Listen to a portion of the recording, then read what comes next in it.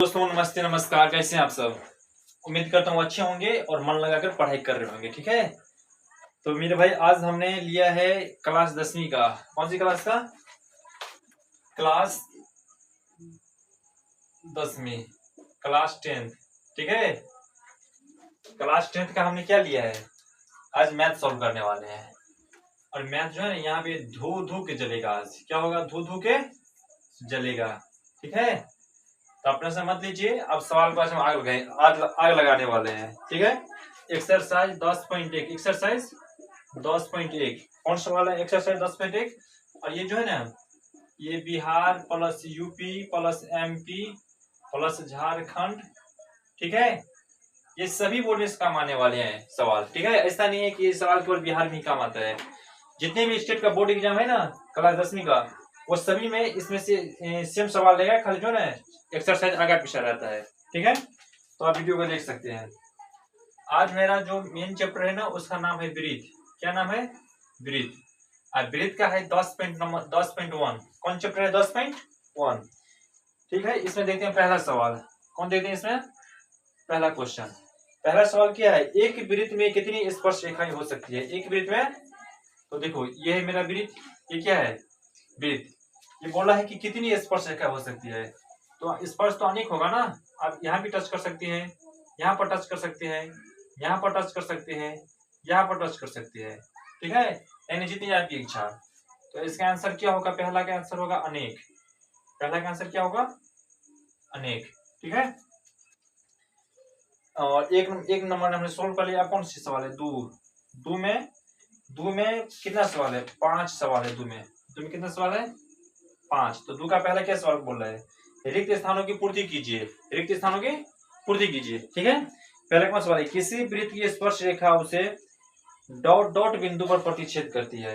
यानी एक वृत्त है। ठीक है, एक वृत्त है और सवाल क्या गया है? सवाल में कहा है एक वृत्त की स्पर्श रेखा उसे डॉट डॉट बिंदुओं पर प्रतिच्छेद करती है। कितने बिंदुओं पर? तो एक वृत्त जो है ना, एक वृत्त में एक स्पर्श रेखा केवल एक ही बिंदु पर टच करेगा। कितना बिंदु पर? यहाँ से आपको ना, यहाँ पे लकीर देंगे और ये वृत्त है। ये क्या है? वृत्त। इस वृत्त में कोई एक ही बिंदु होगा। यहाँ पर क्या होगा? कोई एक ही बिंदु पर। जैसे कि पिछली वीडियो में मैंने आपको बताया था कि ये जो वृत्त है ना, इसका निर्माण अनेकों बिंदु से मिलकर हुआ है। क्या हुआ है? और विशेषता क्या है कि कोई भी बिंदु जो है ना, कोई भी बिंदु एक सीधी में नहीं होगा। ठीक है, ये कंडीशन है इसका। वृत्त का कोई भी बिंदु एक सीधा में नहीं रहता है। ठीक है, तो इसका निर्माण हुआ ऐसे ऐसे करके एक एक बिंदु से। ठीक है, तो ये जो है स्पर्श रेखा, ये कोई एक ही बिंदु पर टच किया होगा। तो इसका आंसर क्या होगा?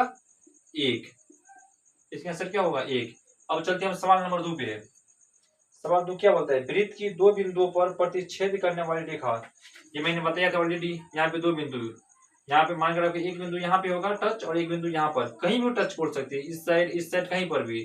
तो दो बिंदु पर टच हो रहा है ना यहाँ पे। जब दो बिंदु पर टच होता है ना, तो इसे बोलते हैं छेदक रेखा। इसे क्या बोलते हैं? छेदक रेखा। ठीक है, पहला का आंसर क्या था? अनेक। दो का पहला नंबर का आंसर क्या था? एक। और दो का दूसरा नंबर का आंसर क्या हुआ? छेदक रेखा। ठीक है, अब देखते हैं नंबर 3। नंबर 3 में बोल रहा है कि एक वृत्त की कितनी समांतर रेखाएं हो सकती है। ठीक है, ये आप लोगों को मालूम होगा कि एक वृत्त है। क्या है? यहाँ पे समांतर रेखा दो ही होगा। कितना होगा समांतर रेखा? दो। या तो आप एक ऊपर में डाल दो या एक नीचे में डाल दो। तो देखो, इसको आप कितना भी आगे बढ़ाओगे ना, ये तो कभी आपस मिलने वाला नहीं है। ठीक है, इससे बढ़ाओगे तभी नहीं मिलेगा। इसलिए दोनों क्या होगा? समांतर। या तो ऐसे समांतर डालो, और नहीं आपकी इच्छा तो आप ऊपर नीचे भी कर सकते हैं, ऐसे डाल दो, तभी क्या हुआ? दोनों समांतर हुआ। तो इसका आंसर क्या होगा? 2। इसका आंसर 2। अब देखिए सवाल नंबर 4। सवाल नंबर 4, वृत्त और उसकी स्पर्श रेखा के उभयनिष्ठ बिंदु को क्या कहते हैं? वृत्त, यह वृत्त और उसके उभयनिष्ठ बिंदु को, यानी कोई एक बिंदु उभयनिष्ठ बिंदु है ना, तो इसे बोलते हैं स्पर्श बिंदु। इसे क्या बोलते हैं? स्पर्श बिंदु। ठीक है, तो 10.1 के पहला क्वेश्चन और दूसरा क्वेश्चन हमने सोल्व कर लिया है। ठीक है, पहला में क्वेश्चन था और दूसरा में 4 क्वेश्चन था। अब चलते हैं सवाल नंबर 3 पे। क्वेश्चन नंबर 3 पे सवाल नंबर कौन है ये? सवाल नंबर है 3। ठीक है, 3 नंबर। 5 सेंटीमीटर त्रिज्या वाले एक वृत्त के बिंदु P पर स्पर्श रेखा। ठीक है, सवाल क्या बोल रहा है मेरा? सवाल बोल रहा है कि एक मेरा वृत्त है, ठीक है, इसका त्रिज्या कितना है? इसका त्रिज्या है 5 सेंटीमीटर। तो आपको मालूम होगा कि त्रिज्या किसे बोलते हैं? त्रिज्या होता है हमारा ये वृत्त के परिधि और केंद्र, इसको मिलाने वाली रेखा क्या बोलते हैं हम? इसको बोलते हैं त्रिज्या। क्या बोलते हैं बाबू? इसको बोलते हैं त्रिज्या। ठीक है, 5 सेंटीमीटर त्रिज्या वाले एक वृत्त के बिंदु P पर स्पर्श रेखा, ये कहाँ पे टच करता है? P। इसको मान लेते हैं O। इसको क्या मान लेते हैं? O। PQ केंद्र 0 से, PQ यानी ये P है और केंद्र मेरा 0 है। ठीक है, 0 से जाने वाली एक रेखा को बिंदु Q पर इस प्रकार मिलती है कि, यानी इसका मतलब ये हुआ, वो तो मेरा केंद्र हुआ और P स्पर्श, ऑलरेडी प्रश्न में बोला है P के बारे में। ठीक है, इसका मतलब होगा कि एक रेखा ने ऐसा मेरा है, कैसा है, और यहाँ से ये टच किया है, यहाँ से क्या है, ये टच किया है, और ये कितना बता रहे हैं? OQ। OQ यानी PO, ये मेरा क्या है? Q। इसे क्या बोलते हैं? Q। और ये कितना बता रहा है? 12 सेंटीमीटर। 12 सेंटीमीटर।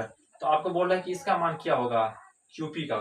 ठीक है, तो देखो सवाल कैसे बनेगा। आप जरा दिमाग लगाइए। ये हो गया है समकोण त्रिभुज। क्या हो गया है?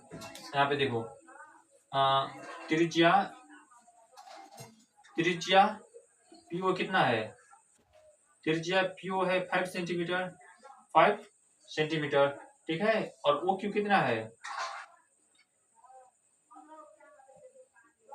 कर्ण OQ कितना है? 12 सेंटीमीटर। OQ कितना है? 12 सेंटीमीटर। दोस्तों आप इसको ऐसे बना सकते हैं, पैसा प्लस पर में से कर्ण स्क्वायर बराबर लंब स्क्वायर प्लस आधार स्क्वायर। पाइथागोरस प्रमेय से कौन सूत्र होता है? कर्ण स्क्वायर बराबर लंब स्क्वायर प्लस आधार स्क्वायर। ठीक है, कर्ण स्क्वायर बराबर लंब स्क्वायर प्लस आधार स्क्वायर। तो कर्ण की जगह पे इसका मान रख दो 12 का स्क्वायर, 12 सेंटीमीटर का स्क्वायर। लंब कितना है? लंब इसको मान लो आप 5 सेंटीमीटर का, कितना होगा? 5 सेंटीमीटर। आधार कितना है? आधार मान लो PQ का स्क्वायर। ठीक है, तब 12 के 12 से मल्टीप्लाई करोगे ना, तब 12 मल्टीप्लाई 12 एक कितना होगा? 144। ठीक है, बराबर 5 कितना होगा? 25 प्लस कितना होगा? PQ square. ठीक है, अब इसको ना इस साइड आन लो, इसको इस साइड 144 माइनस 25। आपको मालूम होगा कि बराबर की साइड लाते हैं ना तो चिन्ह बदल जाता है। तो यहाँ पे 144 लेफ्ट साइड पहले से था, अब 25 था बराबर के राइट साइड देना भाग, तो ये साइड आने पर क्या होगा? ये माइनस 25। क्या यहाँ पे है? P square. तो 144 में से ना 25 को माइनस कर दो, 14 में से 5 गया तो 9, ये बच गया 13 में से ये बच गया 13 में 2 गया तो 11, कितना बच गया?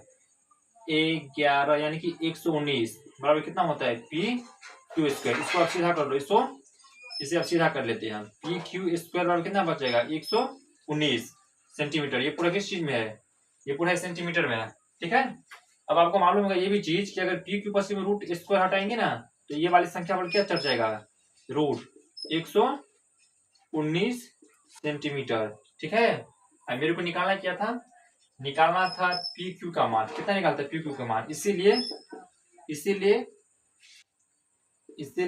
आधार PQ कितना हो गया मेरा?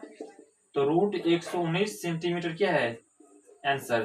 तो दोस्तों उम्मीद करता हूँ कि सारी वीडियो और सारी क्वेश्चन आपको अच्छी तरह समझ में आ गया होगा। ठीक है, तो 4 नंबर जो क्वेश्चन है ना, 4 नंबर क्वेश्चन इंपोर्टेंट क्वेश्चन नहीं है। 4 नंबर क्वेश्चन इंपोर्टेंट नहीं है और ये क्वेश्चन में आएगा नहीं। ठीक है, इसलिए उसमें अपना दिमाग वेस्ट मत कीजिए। ये सवाल काफी था 10.1 में। पहला भी सोल्व हो गया, दूसरा सोल्व हो गया और तीसरा हो गया। ठीक है, फिर अगली वीडियो में हम आपको नेक्स्ट वीडियो में ना मैं बताऊंगा 10.2। ठीक है, ये मेरा था 10.1, इसलिए आप इस सभी को एक बार देख लीजिए।